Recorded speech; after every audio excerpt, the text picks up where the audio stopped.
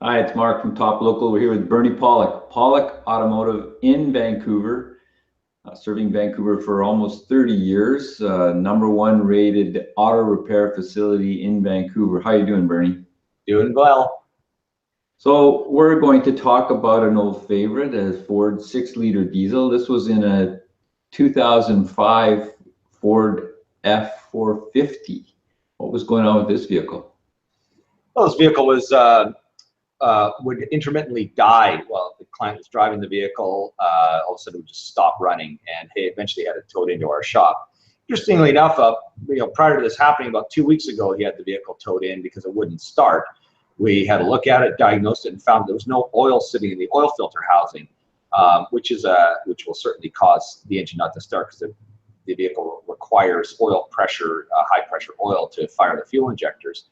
And what we found with that issue, and this will be a separate post, but I'll be very brief here, the oil filter had been replaced with an aftermarket oil filter, which can, from time to time, cause, for some reason, it causes the oil to drain out of the oil filter housing and no oil pressure. So we replaced it with a Ford oil filter and the proper oil filter cap, and no problem. So we were surprised actually to hear a couple weeks later that the vehicle was doing what seemed to be a similar kind of thing. We did a diagnosis on it, scanned it, and we found a trouble code stored for an IPR valve circuit issue. So we performed some diagnostic tests around that and found some issues with the IPR valve. Okay, what's an IPR valve? So the IPR valve stands for injection pressure regulator, and what that valve does is it sits on top of the high pressure oil pump housing, and it adjusts the oil pressure based on computer inputs to just get the oil pressure just right to fire the fuel injectors at a proper rate. This valve can open and close the flow of the oil. Okay, complicated. So Yeah. what kind of diagnosis did you have to do to find what was going on?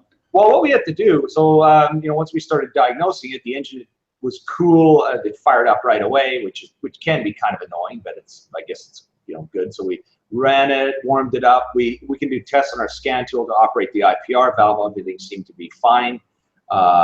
Warmed it up, seemed to be fine. So our technician took it out for a road test, and out on the road it died, which is kind of embarrassing right in the middle of Marine Drive.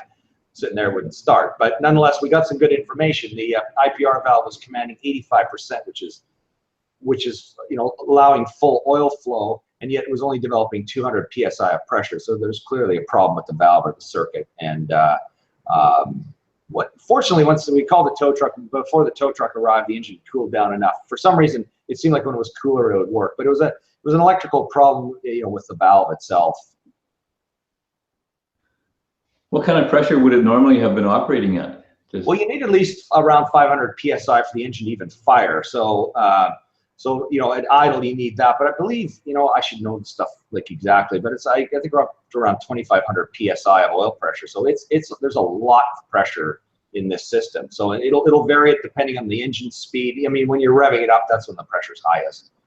But it needs at least 500 to get it running. So if it doesn't develop that, it just cranks over. So did you find anything else? I guess you had to replace the valve? Yeah, we replaced the valve, and this valve is located rather buried under the turbocharger area of the engine. So there's a lot of heat in this area, and there's also an electrical connector, obviously, because it's an electrical valve, that can be problematic as well. So we replaced the pigtail end, which is a wire, and I'll show you some photos in a minute, about 6 inches long plus the connector. And when we took that apart, we also found the wiring was starting to flake apart. So this could have, again, been part of the problem. So it's always good when you do a repair to make sure you do things thoroughly, and if it's not a whole lot of extra work to change the wiring harness, the little wiring end while you're at it. So we did that. I'll just share a couple of photos here while we're at it. This is the IPR valve. There's the unit right there. This screws into the housing on the high pressure oil pump.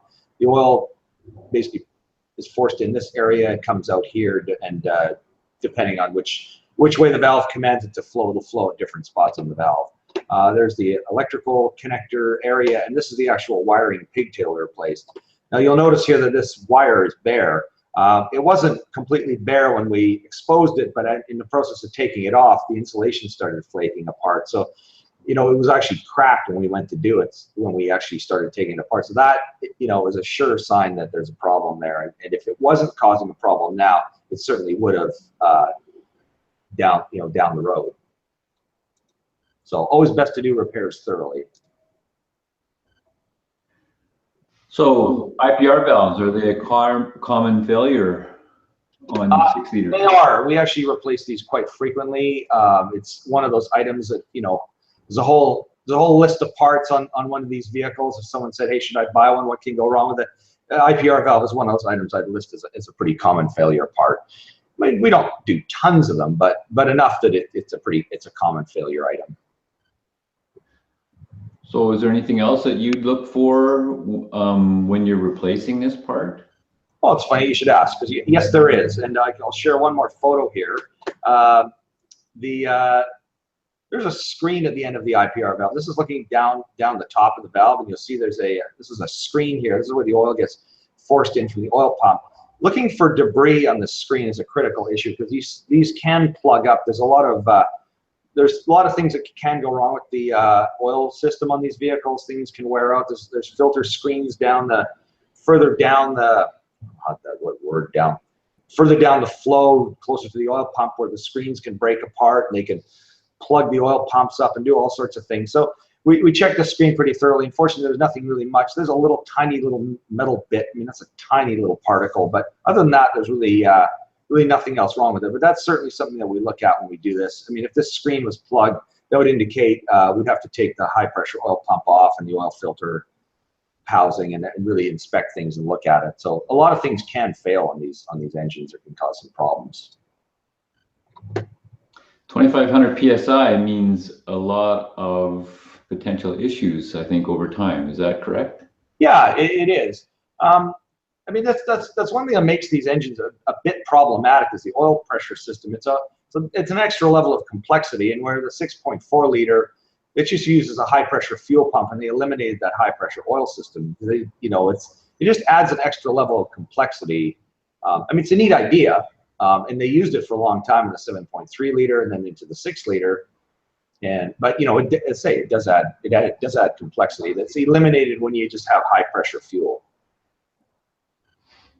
So there you go. These guys are experts in 6-liter diesels, as we talked about many times before. If you need any kind of service on your Ford diesel, these are the guys to see in Vancouver. Pawlik Automotive, you can reach them at 604-327-7112, or check out their website, pawlikautomotive.com. Many videos on diesels in there. Thanks a lot, Bernie. Thanks, Mark.